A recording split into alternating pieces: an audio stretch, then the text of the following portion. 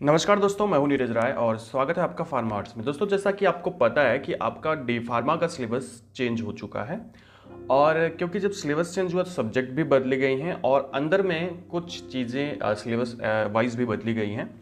जैसे कि पहले हम लोग फार्मास्यूटिक्स पढ़ते थे फर्स्ट ईयर और सेकेंड ईयर दोनों मिला करके, फर्स्ट एंड सेकेंड, बट अब क्या है कि आपको केवल फर्स्ट ईयर में ही पढ़ना है। तो चलिए अब सारे सब्जेक्ट के सिलेबस देख लेते हैं, एक एक करके वीडियो बनाएंगे। आज के वीडियो में हम लोग डिस्कस करेंगे फार्मास्यूटिक्स के जो थ्योरी होती है इसमें क्या सिलेबस है कि आपको पढ़ना है। तो एक्चुअली इसमें आपको 7 चैप्टर्स हैं या कह सकते हैं 7 यूनिट्स हैं जो कि आपको पढ़नी है। और पहले यूनिट की बात करें तो पहले यूनिट में पहले चैप्टर में आपको पढ़ना है history of the profession of the pharmacy in India in relation of the pharmacy education, industry pharmacy practice and various professional associations. कहने का मतलब आपको ये देखो, पहले ये चीज़ नहीं थी तो अब भी आप में ये ला के रख दिया गया है, तो ये आपको पढ़ना पड़ेगा इसके बारे में। मतलब एक फार्मेसी प्रोफेशन की जो हिस्ट्री होती है फार्मेसी एजुकेशन का, तो वो सारी चीज़ें इसमें आपको पढ़नी पड़ेगी। नेक्स्ट आपको उस चैप्टर में पढ़ना पड़ेगा फार्मेसी कैरियर कैसा है, मतलब फार्मेसी एज अ कैरियर, ये इसके बारे में आप थोड़ा बहुत पढ़ना पड़ेगा। देखिए बुक्स आएंगी तब आपको डिटेल में हम लोग कोशिश करेंगे कि स्टडी कराया जाए जिससे आप आसानी से समझ पाएँ चीज़ों को। इसमें आपको फार्माकोपिया पढ़ना है और आईपी, बीपी, यूएसपी, एनएफ, इन सब का और कुछ एक्स्ट्रा फार्माकोपिया के बारे में पढ़ना पड़ेगा। देखो पहले हम लोग केवल आईपी के बारे में पढ़ते थे, अभी सभी के बारे में आपको थोड़ा थोड़ा इसमें पढ़ने के लिए दिया गया है। कुछ सैलिएंट फीचर्स होते हैं इंडियन फार्माकोपिया के जो कि पहले भी हम लोग पढ़ते थे, अब भी पढ़ेंगे। ठीक है, उसके बाद आता है दूसरा चैप्टर और दूसरे चैप्टर में हमको पढ़ना है पैकेजिंग मटेरियल। मतलब दूसरी यूनिट जो होती है उसमें हमको पैकेजिंग मटेरियल के बारे में पढ़ना है और ये पैकेजिंग मटेरियल में आपको पढ़ना है कि ये कितने प्रकार के होते हैं। मतलब पैकेजिंग मटेरियल का मतलब होता है कि चीज़ों को जिसमें पैक किया जाता है, जिस प्रोडक्ट को किसी भी चीज़ में पैक किया जाता है उसके बारे में, उसके कितने टाइप्स होते हैं, उसका सिलेक्शन कैसे किया जाता है, क्या एडवांटेज डिसएडवांटेज होते हैं ग्लास पैकिंग के, प्लास्टिक पैकिंग के या मेटल या रबर पैकिंग के। ठीक है, मतलब ये सब देखो ग्लास, प्लास्टिक, मेटल, रबर, ये सब पैकिंग मटेरियल होते हैं, तो इनके एडवांटेज डिसएडवांटेज आपको पढ़ने पड़ेंगे। तो मतलब पैकिंग मटेरियल इतना बड़ा है जो कि 5 घंटे का सिलेबस है जो कि आपको पढ़ना पड़ेगा। तीसरा चैप्टर है, तीसरी यूनिट जो आती है वो आपको पढ़नी है। इसमें 2 चीज़ें, एक तो फार्मास्यूटिकल एड्स, इसके बारे में पहले डायरेक्टली ऐसे कोई चैप्टर नहीं हुआ करता था और इसी में आपको प्रिजर्वेटिव्स भी पढ़ने पड़ेंगे, बट अब ऐसा है। ये अच्छी बात है क्योंकि चीज़ों को मतलब अलग अलग करके दिया गया है, तो ये पढ़ने में आपको मज़ा भी आएगा और आपको बहुत अच्छा जानकारी भी होगी। इसमें आपको पढ़ना है ऑर्गेनोलेप्टिक एजेंट्स क्या होते हैं फार्मास्यूटिकल एड्स में। मतलब दवाओं में देखो बहुत सारी चीज़ें पड़ती हैं जिसके उनकी कलरिंग आती है, फ्लेवरिंग आती है और स्वीटनिंग आती है, तो ये जो एजेंट होते हैं इनको हम लोग ऑर्गेनोलेप्टिक एजेंट कहते हैं। तो वेरियस ऑर्गेनोलेप्टिक एजेंट्स के बारे में आपको पढ़ना पड़ेगा इसमें, तो आपको चीज़ें समझ में आएंगी। अगला है प्रिजर्वेटिव के बारे में भी आपको जानना है इस चैप्टर में, जिसकी डेफिनेशन क्या होती है प्रिजर्वेटिव्स की। प्रिजर्वेटिव मतलब जो प्रोडक्ट को में मिलाया जाता है प्रोडक्ट को रक्षित करने के लिए, बचाने के लिए, उसको हम लोग प्रिजर्वेटिव्स बोलते हैं। तो आपको ये पढ़ना पड़ेगा, इसमें आपको डेफिनेशन देखनी रहेंगी और फिर कुछ एग्जाम्पल्स और यूजेस क्या होते हैं प्रिजर्वेटिव्स के, आपको वो पढ़ना पड़ेगा। देखो ये बहुत अच्छी बात है, इस तरह का मतलब सिलेबस देख के थोड़ा अच्छा लग रहा है, अच्छा फील हो रहा है कि कुछ चीज़ें अलग डाली गई हैं, अलग तरीके से डाली गई हैं। पहले ये सब जो है हेडिंग वाइज अलग से नहीं होता था, तो बच्चों को पढ़ने में भी प्रॉब्लम होती थी और उतना मज़ा भी नहीं आता था। तो अब अच्छा लगने वाला है आप लोगों को, ठीक है, अगर आप अब से शुरू कर रहे हैं तो।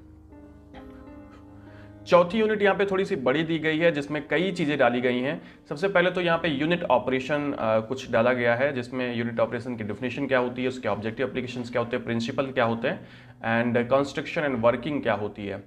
ठीक है, अब यूनिट ऑपरेशंस का मतलब इतना समझ लीजिए कि जैसे मान लीजिए कि अगर आपको कोई डोजेस फॉर्म बनानी है तो उसके लिए कौन कौन सी पूरी प्रोसेस करनी पड़ती है वो आपको पढ़ना पड़ेगा। पहले हम लोग क्या करते थे कि अलग अलग चैप्टर होता था तो मज़ा नहीं आता था, समझ नहीं आता था कि आखिर हो क्या रहा है। ठीक है, पर अभी आपको चीज़ें समझ में आएंगी। जो मतलब यूनिट चीज़ें होती हैं जैसे टैबलेट हो गई, कैप्सूल हो गई या कोई डोजेस फॉर्म हो गया, उसको बनाने के लिए कौन कौन सी प्रोसेस करनी पड़ती है। और अब देखिए यहाँ पे पहला जो इसका पार्ट आएगा वो है साइज रिडक्शन, जो कि पहले पढ़ाया जाता था जिसमें आपको हैमर मिल और बाल मिल की वर्किंग, कंस्ट्रक्शन, प्रिंसिपल, एप्लीकेशन और ऑब्जेक्टिव्स के बारे में पढ़ना पड़ेगा। तो मतलब ये इतनी चीज़ें हैं, इसी चीज़ मतलब यही चीज़ें पढ़नी पड़ेंगी, ठीक है। मतलब जैसे साइड रिडक्शन है तो इसमें हैमर मिल और बाल मिल, इन दोनों के बारे में डिटेल पढ़ना पड़ेगा कि ये कैसे साइज रिडक्ट करते हैं। साइज रिडक्शन का मतलब होता है कि चीज़ों को छोटा करना, चीज़ों को पीस करके छोटा कर देना। अगला होता है साइज सेपरेशन। तो साइज सेपरेशन जैसे मान लीजिए कि प्रोडक्ट को छोटा छोटा किया गया है ना, तो उसमें से बड़े प्रोडक्ट को अलग कर लिया, छोटे प्रोडक्ट को अलग कर लिया छान वान करके, है ना, चलनी से छान करके, तो उसको साइज सेपरेशन बोलते हैं। तो ये पढ़ना पड़ेगा, जिसमें आपको पाउडर के क्लासिफिकेशंस पढ़ने पड़ेंगे जो कि पहले भी पढ़ते थे according to IP. And cyclone separator ये सबसे इंपॉर्टेंट होता है, इसको पढ़ना पड़ेगा। सीयू और स्टैंडर्ड सीयू, इसके बारे में पढ़ना पड़ेगा। सीयू का मतलब होता है चलनी एक तरह से, ठीक है।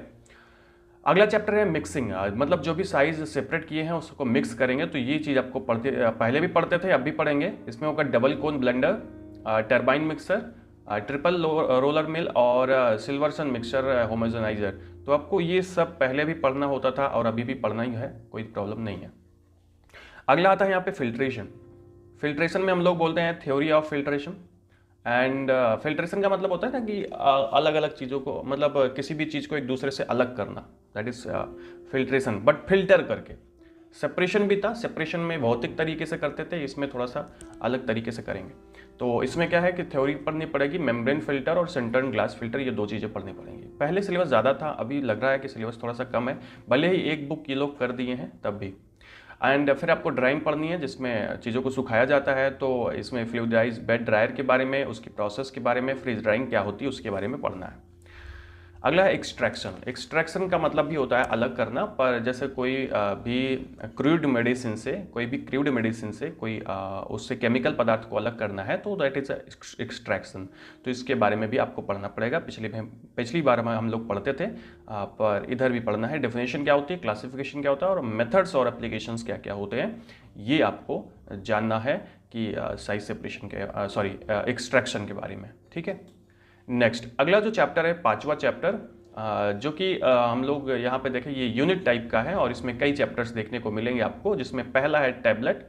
और टैबलेट के बारे में हम लोग पहले भी पढ़ते थे, जिसमें कोटेड अनकोटेड टैबलेट के बारे में पढ़ा जाता है। वेरियस मॉडिफाइड टैबलेट्स, जैसे आपकी सस्टेन एसआर टैबलेट्स होती हैं, सस्टेन रिलीज टैबलेट होती है जो थोड़े देर में काम करती हैं, कुछ एक्सटेंड रिलीज होती हैं जो और देर में काम करती हैं, एंड कुछ जल्दी से डिजॉल्विंग मेडिसिन होती हैं, कुछ मल्टी लेयर्ड मेडिसिन होती हैं। उन सब के बारे में आपको टैबलेट्स के चैप्टर में पढ़ना पड़ेगा। ये सही है कि इसमें अब आपको बहुत ज़्यादा नहीं पढ़ना है और बहुत ज़्यादा डिटेल नहीं पढ़ना है, लेकिन जितना ज़रूरी है उतना पढ़ना है। उसी तरह से कैप्सूल्स की बात करें तो अगला चैप्टर यहाँ पे कैप्सूल, जिसमें हार्ड और सॉफ्ट जेलेटिन कैप्सूल के बारे में थोड़ी बहुत जानकारी लेनी है। 4 घंटे का सिलेबस है, मतलब 4 दिन क्लास चलेगी इसकी। अगर लिक्विड ओरल प्रिपरेशन की बात करें तो यहाँ पे भी आपको, पहले हम लोग इसको बहुत ज़्यादा डिटेल में पढ़ते थे, अभी उतना बहुत ज़्यादा डिटेल में नहीं पढ़ना है। बाकी जब बुक आएगी तब पता चलेगा कि कितनी डिटेल में चीज़ों को लिखा गया है। और लिक्विड ओरल प्रिपरेशन की बात करें तो यहाँ पे आपको solution, syrup, elixir, emulsion, suspension, dry powder for reconstitution के बारे में पढ़ना है। देखो चीज़ें उतनी ही हैं, बस क्रम बदल दिया गया है, कहीं कहीं चीज़ें उतनी हैं, बस क्रम बदल दिया गया है, ठीक है।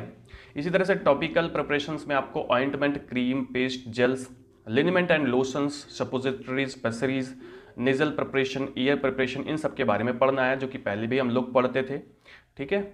और फिर पाउडर और ग्रेन्यूल्स, इसमें हम लोगों को पढ़ना है insufflation, dusting powder, effervescent granules and effervescent powders, ठीक है। तो ये हम लोग पहले भी पढ़ते थे। और इतना बता दूं कि बहुत ज़्यादा डिटेल में नहीं पढ़ना है इस बार, थोड़ा सा नॉर्मली आपको पढ़ना है कि चीज़ें आपको पता चल पाएँ।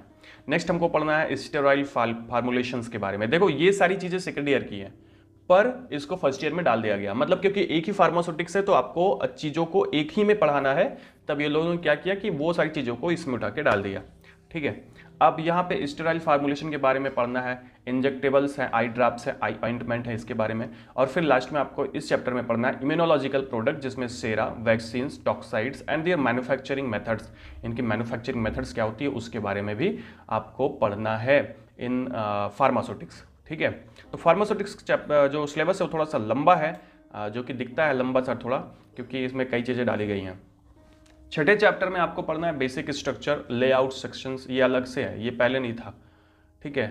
Sections and activities of the pharmaceutical manufacturing plants like quality control and quality assurance, जिसमें आपको डिफिनेशन और concept of quality control and quality assurance पढ़ना है। Current good manufacturing practice CGMP क्या होती है उसके बारे में जानना है, ठीक है। और फिर आपको इसमें पढ़ना है कुछ कैलिब्रेशन एंड वैलिडेशन। तो मतलब ये सारी चीज़ें, इसके कॉन्सेप्ट्स क्या होते हैं, ये सारी चीज़ें पढ़नी है, थोड़ी सी नई है। अब जब भी आपका जो है बुक्स आ जाएंगी तब हम लोग स्टार्ट कर देंगे, ठीक है। अभी यहाँ पे 7वां और लास्ट चैप्टर है फार्मास्यूटिक्स का कि नोबेल ड्रग डिलीवरी सिस्टम क्या होता है, इसके इंट्रोडक्शन, इसके classification with examples, advantage, disadvantage और चैलेंज पढ़ने पड़ेंगे। आपको बता दें कि जब भी पेपर होगा तो ये पक्का है, कंफर्म है, मुझे ऐसा लगता है हर 2 साल में हर 3 साल में 2 बार ये जरूर पूछा जाएगा, नोबेल ड्रग डिलीवरी सिस्टम। अब बाकी पूछा जाता है या नहीं पूछा जाता है, अब वो तो देखना पड़ेगा। बाकी ये था आज का वीडियो जिसमें हमने आपको बताया कि फार्मास्यूटिक्स की जो थ्योरी है उसको आपको क्या है, उसमें क्या है, कैसे आपको पढ़ना है। एक्चुअली सारी चीज़ें, सारे सब्जेक्ट मतलब हम लोग वीडियो बनाएंगे जल्दी जल्दी, जिससे आपको चीज़ें पता चलें कि आपको आखिर पढ़ना क्या है। क्योंकि अगर आपको यही नहीं पता होगा कि पढ़ना क्या है तो आप कैसे पढ़ पाएंगे। इसलिए ये सबसे ज़्यादा ज़रूरी होता है कि आपको ये चीज़ें पता हों कि आपको चीज़ों को पढ़ना है और क्या पढ़ना है, ठीक है। तो मिलते हैं नेक्स्ट वीडियो में। वीडियो इन्फॉर्मेटिव लगा हो और अगर आप सारे सब्जेक्ट के सिलेबस जानना चाहते हो तो चैनल को जैसे सब्सक्राइब कर लीजिएगा और वीडियो को लाइक कर दीजिएगा, दोस्तों के पास ज़रूर शेयर करिएगा जिससे उनको भी चीज़ों को पता चले, उनको भी जानकारी मिलती रहे। मिलते हैं नेक्स्ट वीडियो में। पूरा वीडियो देखने के लिए, चैनल को सब्सक्राइब करने के लिए बहुत बहुत धन्यवाद।